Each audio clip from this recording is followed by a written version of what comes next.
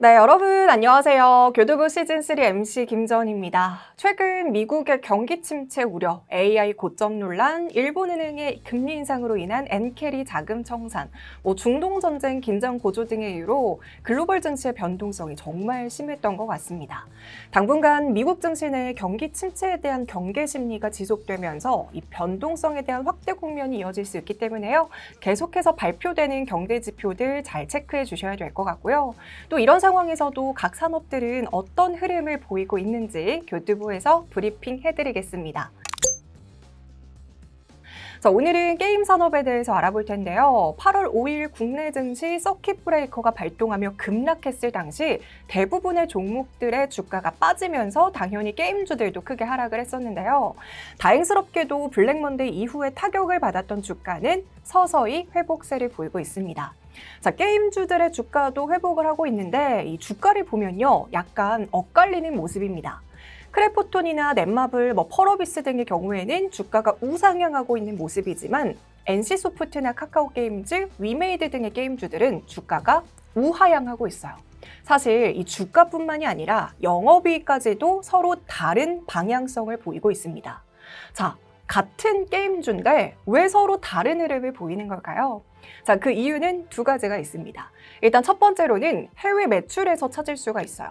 2023년 국내 게임 시장은 10.9% 빠지면서 역성장을 보였거든요. 그런데 글로벌 게임 시장은 4.3% 플러스 성장을 했기 때문에 해외 매출 비중이 80% 이상인 기업들, 그러니까 크래프톤, 넷마블, 펄어비스 등은 주가와 영업이익에 있어서 모멘텀으로 작용을 할 수 있었던 겁니다.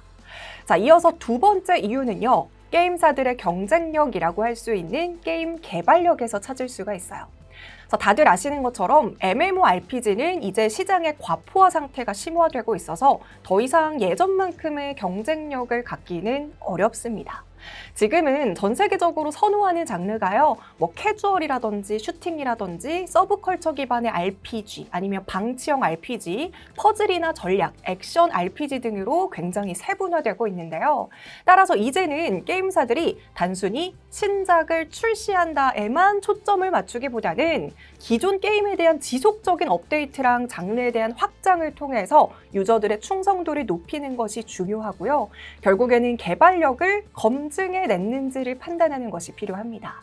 자, 이 개발력 검증에 대한 기준은 직전 1년 내에 업데이트를 통해서 트래픽과 이익에 의미 있는 반등을 했는지, 아니면 신작의 글로벌 흥행을 실현했는지 여부를 통해서 판단을 할 수가 있겠습니다. 자, 일단 펄어비스의 검은 사막, 시프트업의 니케, 넥슨게임즈의 블루 아카이브는 업데이트를 통한 트래픽과 이익 반등의 사례로 볼 수가 있고요. 데브시스터즈의 쿠키런이나 네오위즈의 피해 거짓, 넷마블의 나 혼자만 레벨업이 신작의 글로벌 흥행의 사례라고 볼 수가 있습니다. 자, 이렇게 해외 매출과 개발력이라는 이 두 가지 모멘텀이 게임주들의 희비를 갈렸다면 앞으로는 게임주들의 성장의 기회를 찾으려면 어디서 포인트를 맞춰봐야 될까요? 자, 국내 게임사들은 콘솔과 모바일 게임 시장에서 글로벌 성장의 기회를 찾을 수가 있습니다. 원래 콘솔 게임은 아시는 것처럼 그 기기가 있어야 되잖아요. 그렇기 때문에 기기 보급률이 낮았던 시기에는 문턱이 굉장히 높았는데요. 국내 기기 보급률은 여전히 낮은 수준이긴 하지만 글로벌로 확장시켜보면 기기 보급률은 28%대 수준으로 높다고 볼 수가 있습니다. 여기에 최근에는 스팀이라고 디지털 게임 유통 플랫폼을 통해서도 게임을 출시를 하고 있거든요. 쉽게 말해서 마치 온라인 서점에서 책을 사는 것처럼 스팀에서는 다양한 PC 게임을 구매하고 다운로드해서 바로 즐길 수가 있습니다. 자, 그럼 여러분, 이 말은 무슨 말일까요? 넓은 잠재 유저를 대상으로 한 수익 창출이 가능하다라고 해석을 해볼 수가 있겠습니다. PC나 콘솔량 개발력을 검증한 크래프톤, 펄어비스, 시프트업, 넥슨게임즈, 네오위즈에게 기회 요인으로 작용할 것으로 기대되고 있습니다. 자, 이어서 모바일 게임 시장에서의 기회도 같이 살펴볼게요.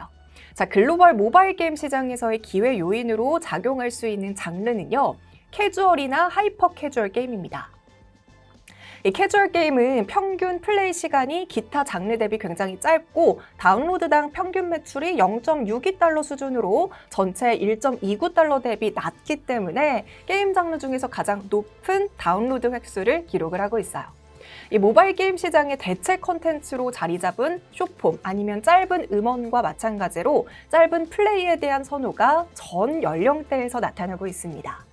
자, 이 영역에서는요, 데브 시스터즈가 쿠키런 성과 반영을 통해서 매출 고성장 그리고 영업이익의 턴어라운드가 가능할 것으로 기대되고 있습니다. 자, 원래 아시는 것처럼 게임주들의 전통적인 모멘텀은 대형 IP를 보유하고 있거나 신작을 출시할 때였잖아요. 하지만 이제는 해외 매출 비중이 주가와 영업이익에 유의미한 성과를 내고 있습니다. 따라서 앞으로 게임주들 해외에서 성과를 잘 내고 있는지, 그리고 MMORPG 장르 말고도 다른 장르에서도 개발력을 입증하면서 유저를 넓히고 있는지를 꼭 체크해 주시기 바랍니다. 자, 그럼 게임 산업 이야기 여기서 마무리해 보도록 할게요. 자, 그럼 교두보 시즌3 여기서 인사드릴게요. 안녕.